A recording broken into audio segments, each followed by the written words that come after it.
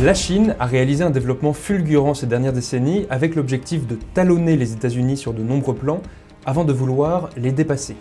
Tout comme les pays occidentaux l'ont fait par le passé, ainsi qu'un certain nombre de pays, la Chine mise actuellement sur son essor massif au détriment de ses émissions. Étant donné l'état actuel du climat et de certains indicateurs, la question de l'énergie et de la pollution dans le pays se pose. C'est l'objectif de cette vidéo. Je vous laisse en compagnie de François Lafargue. Bon visionnage. Je pense que dans un premier temps, il convient effectivement d'établir une sorte de panorama assez exhaustif de la situation énergétique du pays. Alors à l'heure actuelle, le minerai de charbon représente plus de la moitié, à peu près 54-55% de l'énergie primaire consommée par la Chine populaire. Alors, il faut bien être conscient que l'ambition de la Chine est de réduire l'utilisation du minerai de charbon pour plusieurs raisons. La première, c'est la volonté de respecter les engagements internationaux, puisque je rappelle que la Chine a ratifié les accords de Kyoto, a été partie prenante des accords de Paris quelques années plus tard. Donc ça, c'est le premier point.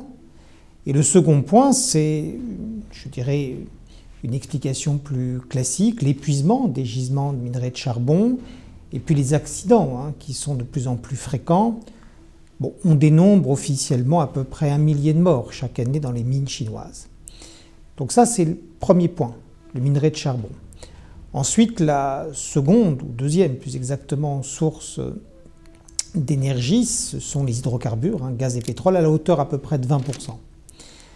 Alors le pétrole, la Chine est importatrice depuis 1993 et sa situation n'a cessé en réalité de se détériorer. Elle importe à hauteur de 40% son pétrole des pays du Moyen-Orient.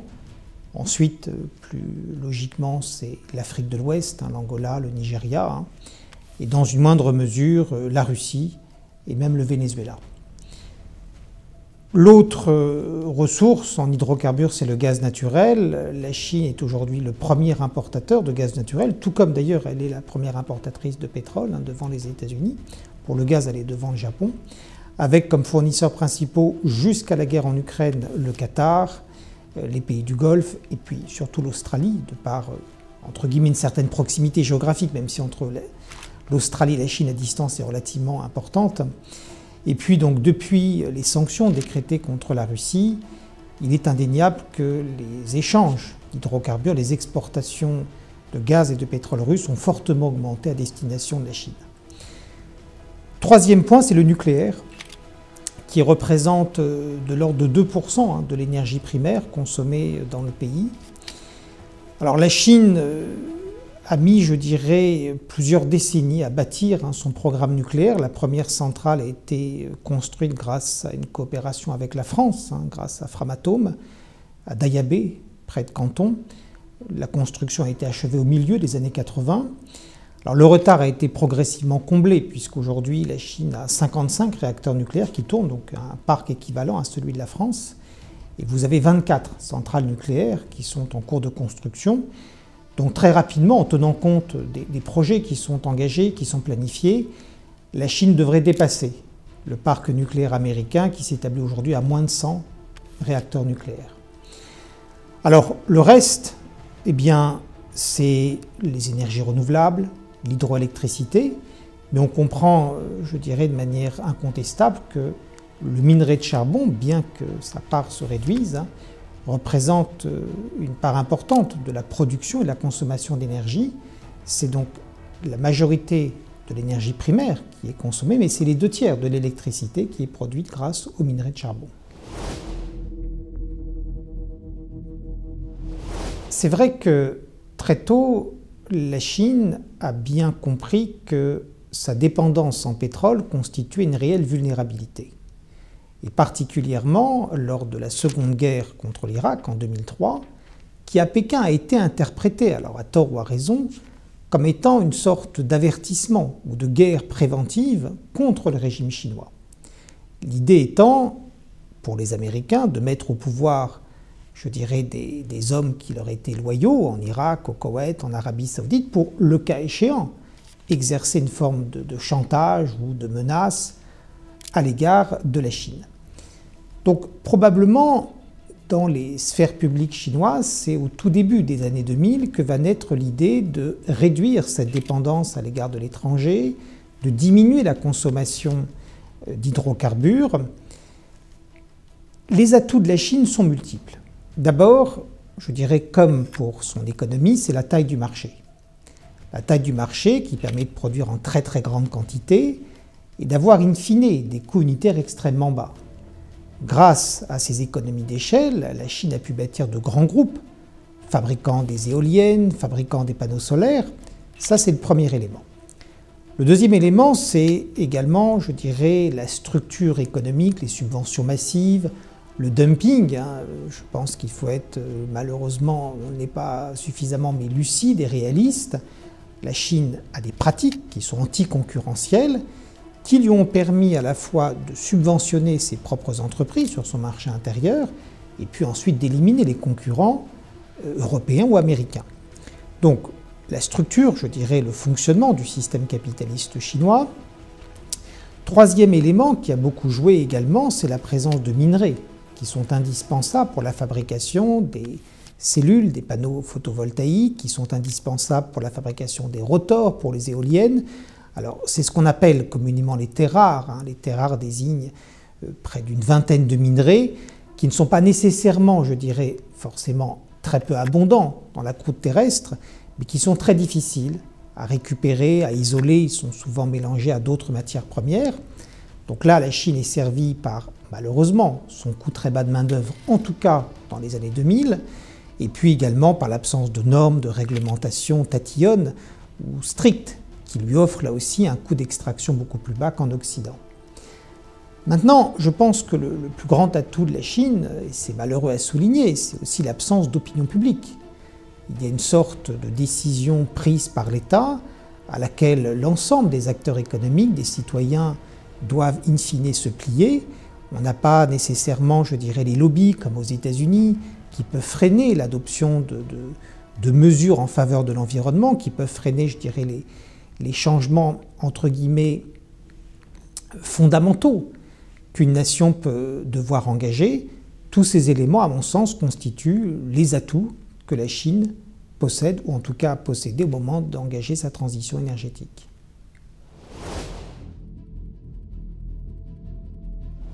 Je pense qu'il ne faut pas considérer que la Chine aurait tout planifié, tout organisé et mené d'une main de maître sa transition énergétique. Il y a eu et il y a encore beaucoup de discussions, parfois des décisions, on va dire, pas nécessairement toujours heureuses. Je prends un exemple, c'est le gaz et le pétrole de schiste. Je dirais que le fil conducteur de la politique chinoise, c'est véritablement l'indépendance énergétique.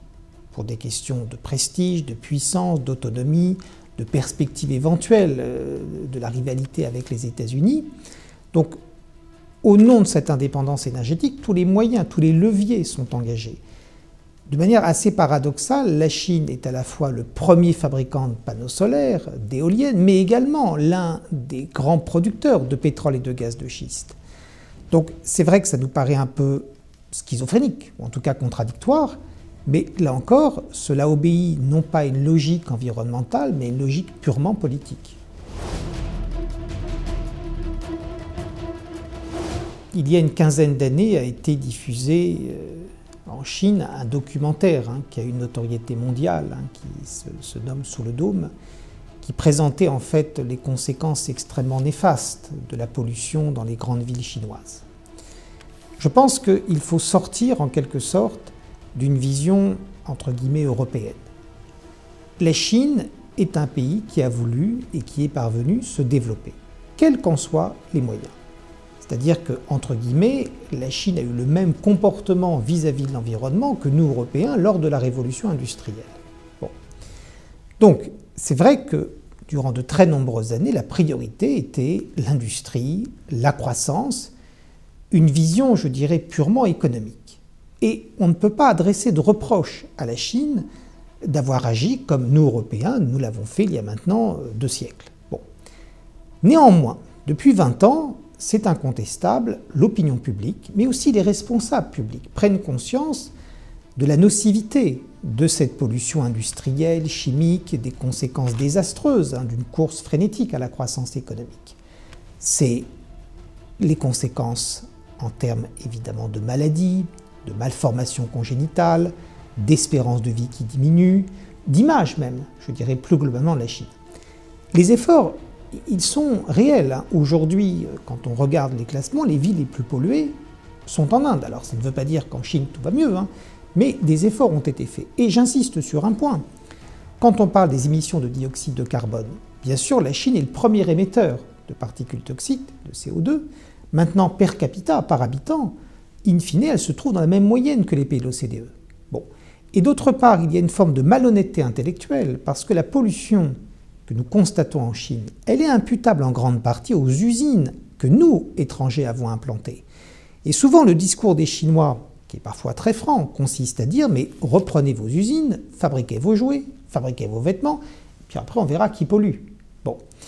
Donc, a-t-on une conscience écologique aujourd'hui? J'ai envie de vous dire que non. Non, parce qu'il n'y a pas d'association, parce qu'il n'y a pas de parti politique, parce que la critique, même je dirais feutrée, envers les pouvoirs publics, sont interdites ou, je dirais, très sévèrement contrôlées. Bon. Même les militants environnementaux, quand ils rédigent sur des blogs, sont très très prudents quant aux mots utilisés. Non, il n'y a pas de conscience parce qu'aujourd'hui, la situation économique de la Chine est très préoccupante. Bon, à tel point, vous le savez, que les autorités chinoises ont renoncé depuis maintenant quelques mois à publier le taux de chômage parmi la classe d'âge 18-25 ans parce que c'est malheureusement un taux de chômage qui ne cesse de progresser. Donc là encore, la priorité est le développement. Alors que ce soit l'industrie, que ce soit les services, le tertiaire qui a priori, et encore c'est à vérifier, beaucoup moins polluant, l'environnement passe au second plan. Néanmoins, je pense que la Chine a pris conscience que son modèle est arrivé un peu à bout de souffle. Et j'en prendrai comme preuve les grands projets qui ont été engagés à propos de l'île de Hainan. Alors Hainan, c'est un peu la Côte d'Azur chinoise. C'est une île qui est située tout au sud de Canton. C'est une grande station balnéaire, une grande destination touristique, qui d'ailleurs a beaucoup profité, petite parenthèse, de la crise sanitaire, puisque les Chinois ne pouvaient pas se rendre en Europe. Les pouvoirs publics, les autorités régionales, veulent faire de l'île une sorte de vitrine. Les véhicules thermiques, diesel, seront interdits d'ici 2025-2030, et on a tout, je dirais, un effort qui est mené en faveur du respect de l'environnement, une limitation des constructions. Bon, pour répondre à votre interrogation, là encore, on a une très grande contradiction entre des aspirations qui sont naturelles. Les parents n'ont qu'un seul enfant, pour la plupart d'entre eux, veulent, ce qui est normal, comme tout parent, qu'ils soient en bonne santé, et puis les réalités économiques, et n'oublions pas, là encore, que la pollution en Chine est imputable, certes à la circulation automobile, mais beaucoup à la construction, au BTP. En Chine, on construit en ciment. On construit en ciment, on ne construit pas en bois comme en Amérique du Nord. Et la construction d'habitat, vous n'avez aujourd'hui que 63% de la population qui est citadine. La construction de millions de logements entraîne une très très forte pollution. Et là, on voit mal comment les pouvoirs publics pourraient réduire cette source importante d'émissions de particules toxiques. D'abord, la première remarque, c'est qu'il faut être très très prudent quand les échéances sont aussi lointaines. 2050, 2060, bon, ce sont des échéances qui finalement n'engagent guère les dirigeants actuels. Alors, je pense que quand la Chine annonce, ce qui a été le cas, c'est vrai, lors des dernières négociations relatives au climat et à l'environnement, qu'elle entend atteindre l'équilibre, la neutralité carbone finalement d'ici 3 décennies, ça relève davantage, on va dire, de la posture, de la rhétorique, que nécessairement d'une réalité.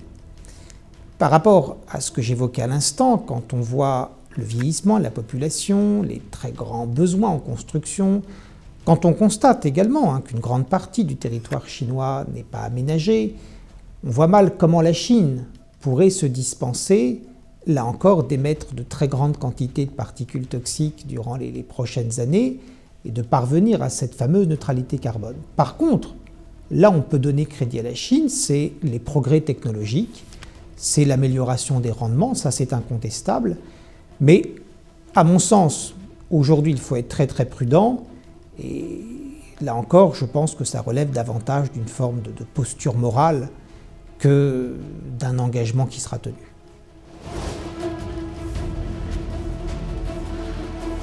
Très longtemps, les relations entre l'Arabie Saoudite et les États-Unis étaient extrêmement étroites, bon, dans le droit fil de ce qu'on appelle le pacte de Quincy. Bon, pour synthétiser, l'Arabie Saoudite finance en partie la guerre froide et en échange assure à l'Occident un pétrole bon marché. Bon. Progressivement, les Américains sont de moins en moins importateurs de pétrole, grâce à leur mise en valeur des gisements de gaz et de pétrole de schiste. Ils importent de moins en moins d'Arabie Saoudite. En plus, il y a eu le 11 septembre, où je rappelle, parmi les 19 kamikazes, 15 étaient des Saoudiens. Mais la relation États-Unis-Arabie Saoudite restait étroite parce que les capitaux saoudiens sont en grande partie investis aux États-Unis. Donc, les États-Unis considéraient que même si leurs achats en hydrocarbures se réduisent, le lien resterait un lien relativement étroit. Ce qui est récent, c'est la visite assez, je dirais, spectaculaire de Xi Jinping. Alors spectaculaire non pas au sens où elle était inattendue, mais au sens où elle a été reçue avec tous les honneurs dus à son rang, et une forme de rapprochement entre deux contraires, entre un pays qui se considère comme étant le centre de l'islam et un pays qui, au contraire, prône l'athéisme et qui réprime en plus sa propre minorité musulmane.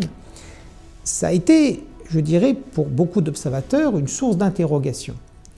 Alors, que l'Arabie Saoudite ait besoin de technologie que la Chine peut lui apporter, c'est incontestable, notamment dans tout ce qui est développement de l'énergie solaire, c'est les grands projets du prince héritier aujourd'hui. Que la Chine puisse apporter aussi des ouvriers, des travailleurs, c'est incontestable. Mais je dirais que la Chine, aujourd'hui, n'hésite pas à entrer vraiment dans le précaré américain. Elle est de plus en plus présente dans le royaume saoudien. Elle est le premier acheteur du pétrole saoudien.